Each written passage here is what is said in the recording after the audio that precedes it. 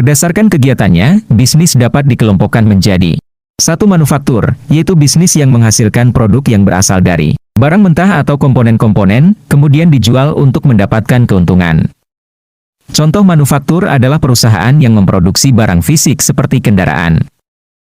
2. Bisnis jasa, yaitu bisnis yang menghasilkan barang yang tidak berwujud, dan mendapatkan keuntungan dengan cara meminta bayaran atas jasa yang mereka berikan. Contoh bisnis jasa adalah konsultan hukum, psikolog, jasa pendidikan. 3. Pengecer dan distributor merupakan pihak yang berperan sebagai perantara barang antara produsen dengan konsumen. Kebanyakan toko dan perusahaan yang berorientasi konsumen merupakan distributor atau pengecer. 4. Bisnis pertanian dan pertambangan adalah bisnis yang menghasilkan barang-barang mentah, seperti tanaman pertanian, perkebunan, atau mineral tambang.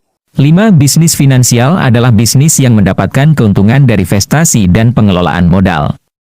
Bisnis ini dapat dilihat pada sektor perbankan, asuransi, pasar modal, pegadaian, dan masih banyak bisnis finansial lainnya.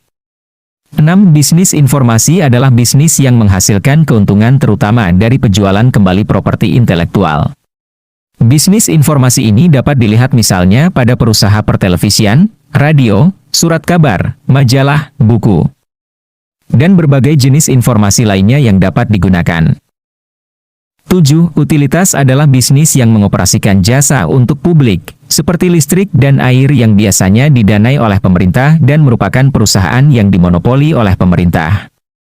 8. Bisnis real estate adalah bisnis yang menghasilkan keuntungan dengan cara menjual, menyewakan, dan mengembangkan properti, rumah, dan bangunan. 9. Bisnis transportasi adalah bisnis untuk mendapatkan keuntungan dengan cara mengantarkan barang atau individu dari sebuah lokasi ke lokasi yang lain.